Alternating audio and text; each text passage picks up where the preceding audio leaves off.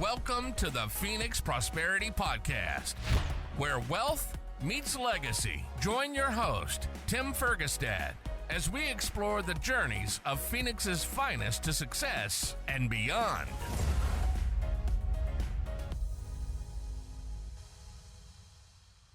Hello, this is Tim Fergestad. Thank you for joining us. I'm very pleased to have Meredith Dennis with me here today. Meredith is the founder and CEO of Compression Marketing and serves as a fractional marketing executive, public speaker, small business advisor, and coach. In addition to marketing and journalism degrees, she holds industry-leading certifications from the American Marketing Association, which we're going to talk more about her new position there, right? Yes. Digital Marketing Institute and Product Marketing Alliance. So she's a marketing geek. She loves serving startups as well as small and medium-sized businesses on their expansion journeys. She's proud to be known as a growth multiplier who implements strategies that can drive 200% year-over-year growth. Welcome, Meredith. Thanks for having me, Tim. Super excited to be here today. Thanks for that wonderful introduction. It was very kind. There's a lot of great stuff there. I didn't want to skip over too much. So let's talk about how you got started in marketing, maybe. Yeah, absolutely. So I'm one of those strange people that actually went to college and got a marketing degree and still work in the field of study that I pursued, which I think, 20 years later feels rare these days. Right. But yeah, so I have I have both business and journalism degrees that just sort of folded really nicely into working in marketing, message development, communications, all of those wonderful things that really foster connection and help us tell stories. And so Right. I was able to take my degree into the real world and follow it through to today. All right, excellent. And let's back up a little bit more and talk about when did you start compression marketing? So Compression Marketing was founded in January of 2024. I have been working sort of in my own capacity in some way, shape, or form since 2019. Okay. And prior to that, I worked in what I call W-2 land. Right.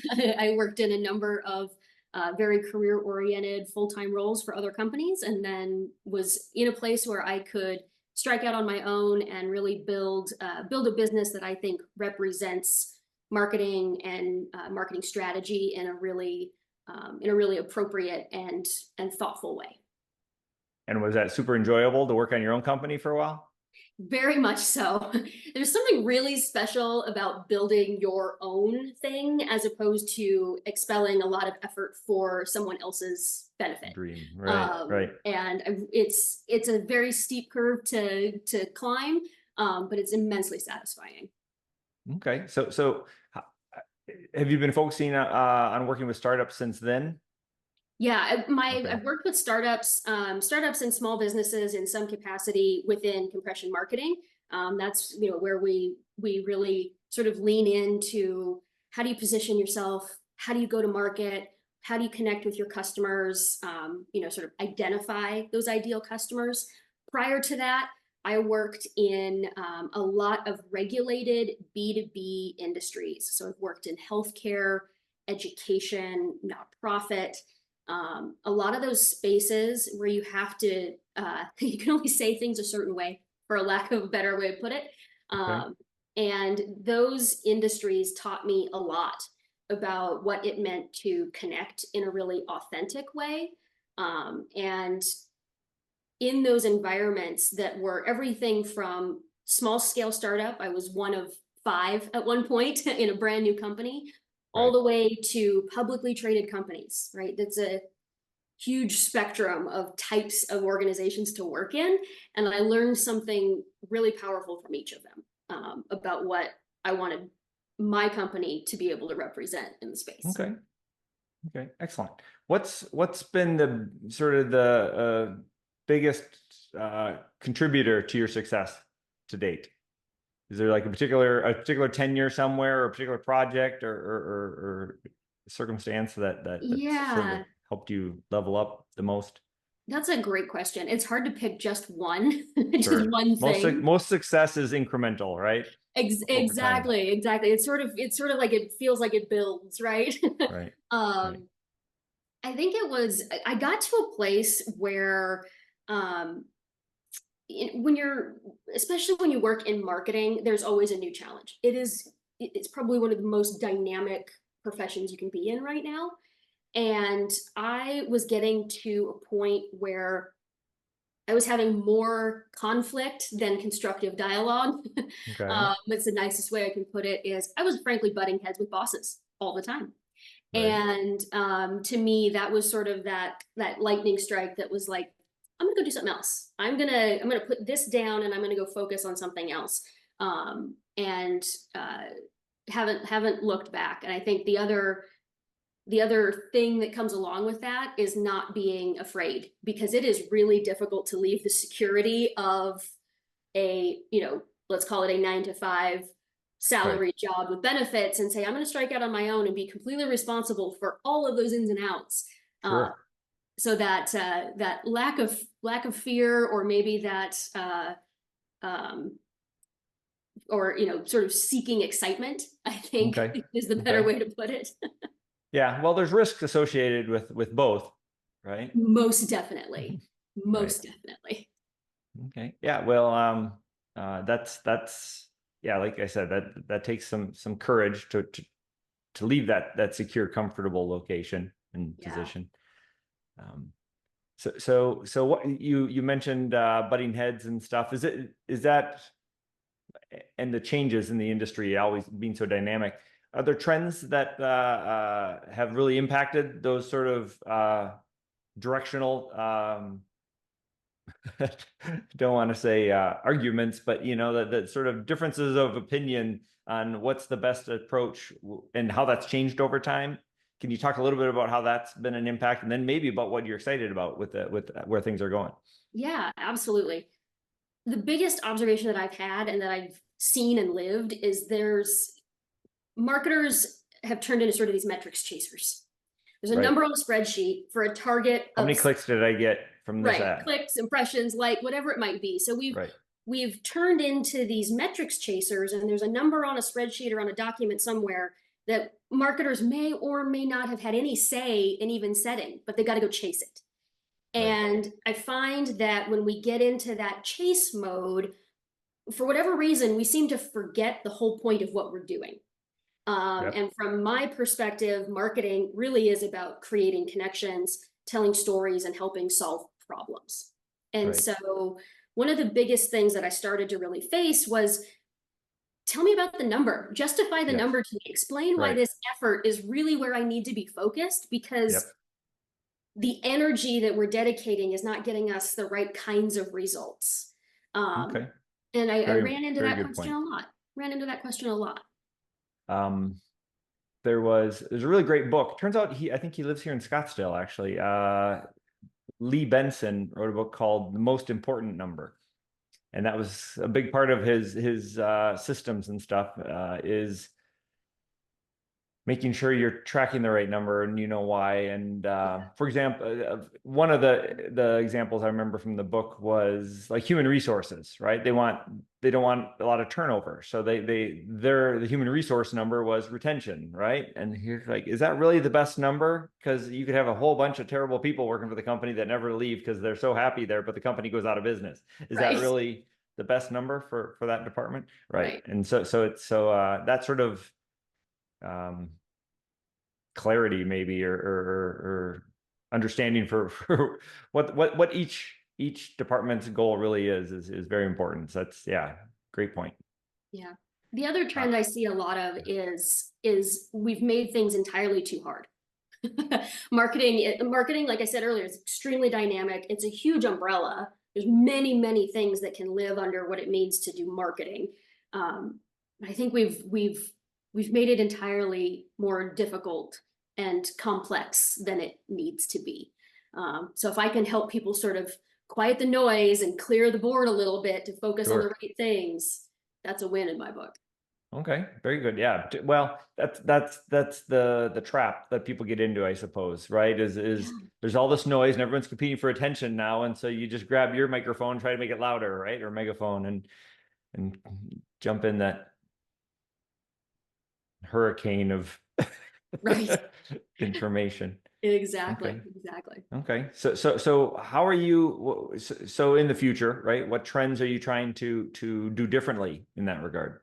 Yeah, so I started to touch on a little bit of that complexity factor, right? And Mhm. especially with small businesses or entrepreneurs, if you don't, you may have a great vision or a great idea, but you may not be a marketer or have a marketing brain, right? And so it can Right. be really overwhelming to figure out, what do I do first? Where do I go? What do I focus on? How do I do this? And so um, if I can, one of the biggest things that I'm all about is how can we sort of eliminate that complexity from the process so that you can focus on those right things. And it doesn't mean that there aren't, you know, 5 different ways you can approach growth for your company, but it might make a lot more sense to focus on 1 or 2 for a period of Sure. time.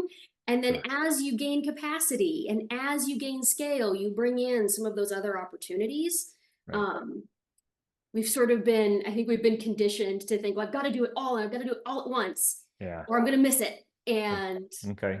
Sure. that I got gets to be on Instagram and I need a exactly. billboard and a radio ad Yeah, exactly. And it gets exhausting and confusing, and all and of a Facebook ads sudden, all at the same time. Right. yeah, yeah. So the more I can do to help sort of create that direction, create that focus, the most important number, right? That simplification gives you Sure. that focus and that attention that gives you the momentum you need to then expand. Sure. Sure. And that which is crazy important, particularly when startups have limited resources and time. Exactly. So, Exactly. so what are some of the benefits you can give to startups then that they really may not even know they need, but they can really benefit from? Yeah. The first thing I do is I ask an obnoxious number of questions. I have no problem saying that I will ask a lot of questions. And they're usually focused on the what and the why and the how. Okay. Because I find in that conversation process, in that questioning process, it surfaces those things that aren't top of mind. It surfaces those things that are like camping out in the back corner that you don't think about very often. And so when I think Particularly about when you're deep in it yourself, you don't exactly, see the exactly, it bigger sort of picture. helps you pop up out of it a little bit. And Right.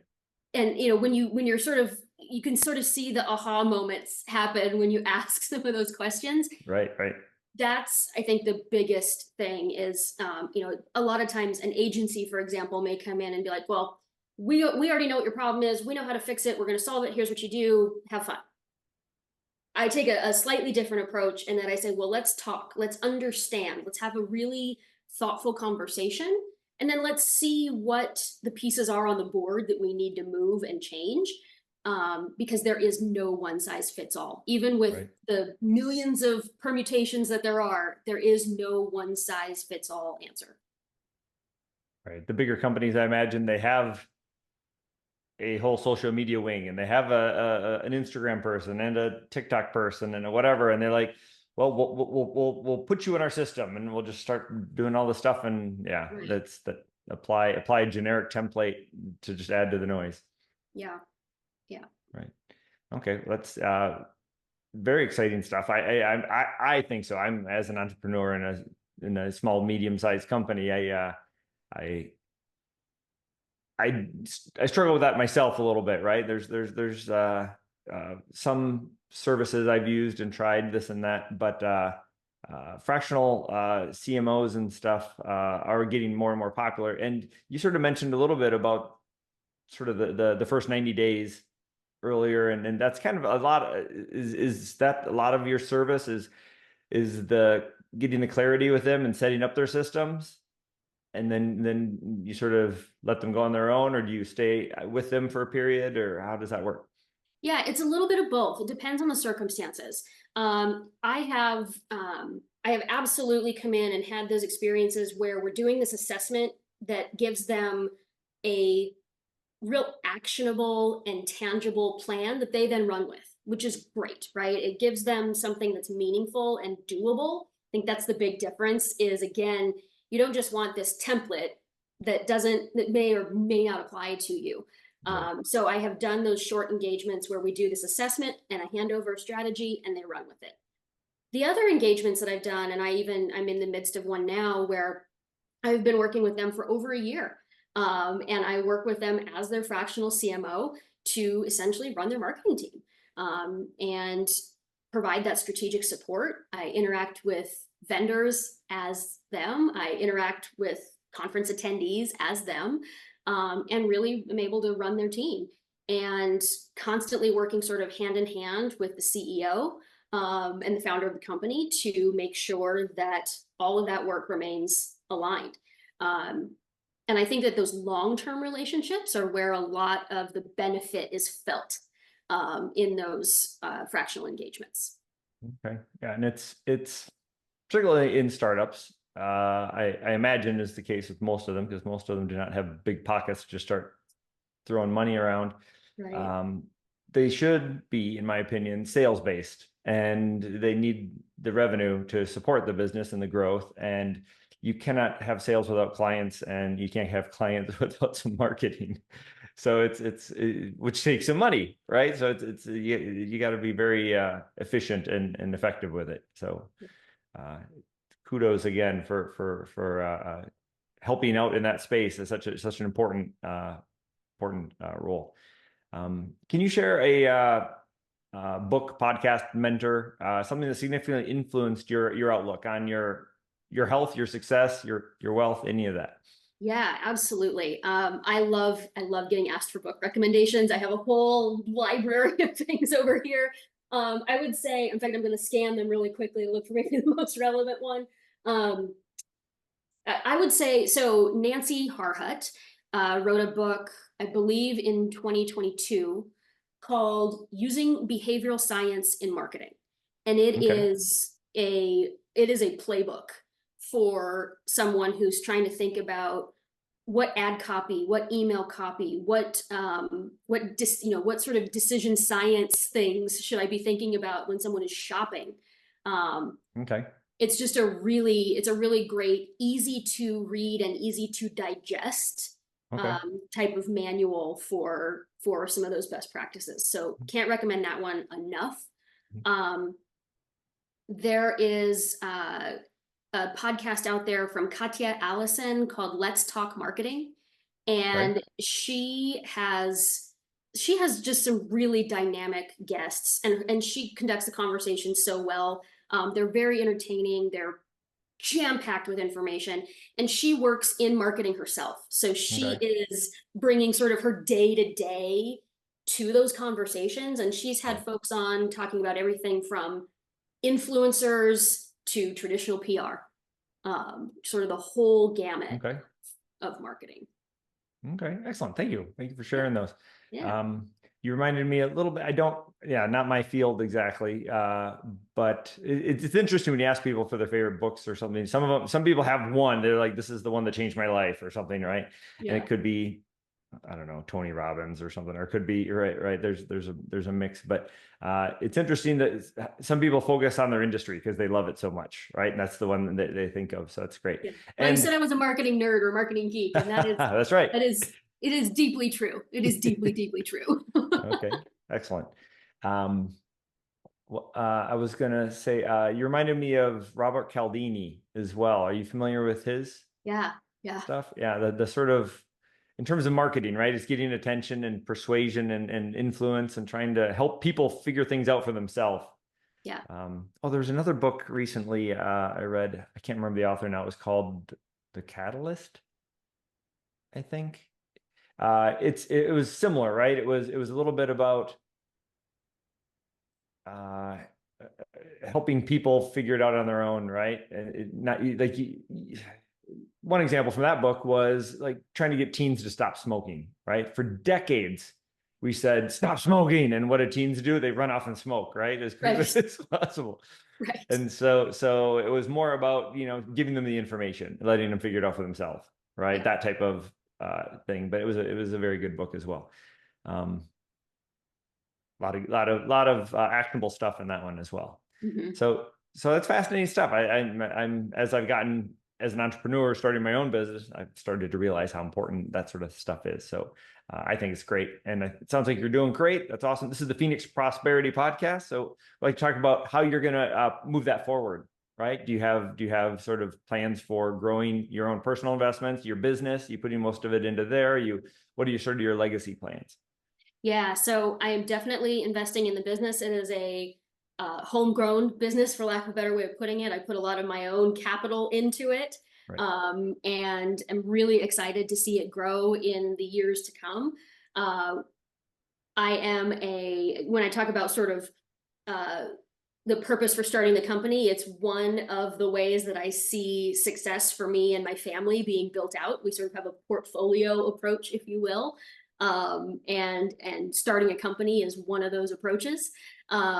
We are, really excited to invest in the communities that are sort of relocating to Arizona. So exploring how to invest in a really powerful way with all of the industry growth we have happening right now around semiconductors and the population influx. I live in the north end of the valley where we just recently saw one of those huge chip manufacturing plants get ready to open.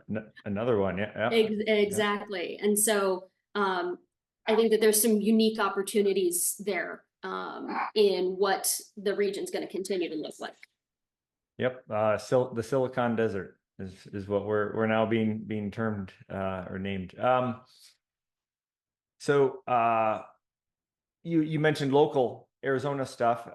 You were recently elected to the board of the Arizona AMA. Can you talk a little about that? Yeah, absolutely. So I'm the president-elect for the American Marketing Association here in the state of Arizona. The AMA is a 501c3 nonprofit really dedicated to education and career opportunities for people that work in the marketing field. And so I'm really excited about the impact that this organization can have in sort of how we do marketing going forward, right? AMA is a national organization with chapters in many states and really serves as a great leader for what it means to do marketing well and do it right. And the organization makes a tremendous amount of resources available. So if you are someone that is maybe pivoting in your career or looking to grow your skill sets so that you can move into a new role, or maybe you're ready to strike out on your own and test entrepreneurship, there are really what I would consider to be high quality education and training materials, as well as community networking and connection opportunities that are really going to help people sort of reinvest in themselves in that professional arena. Excellent. That sounds like all great stuff and exciting that you're going to be more involved with it moving forward. Yeah, we have a fantastic board, really, really talented people from organizations and agencies around the state. Some are entrepreneurs like myself, some are working in W-2 roles, some are from the banking industry, some work at agencies. There's just a really great diverse group of people helping lead the charge. Excellent. So what's one piece of advice you'd give to someone aiming to achieve similar success? I hinted at it earlier is don't be afraid, which sounds a little tongue in cheek. It's very much easier said than done.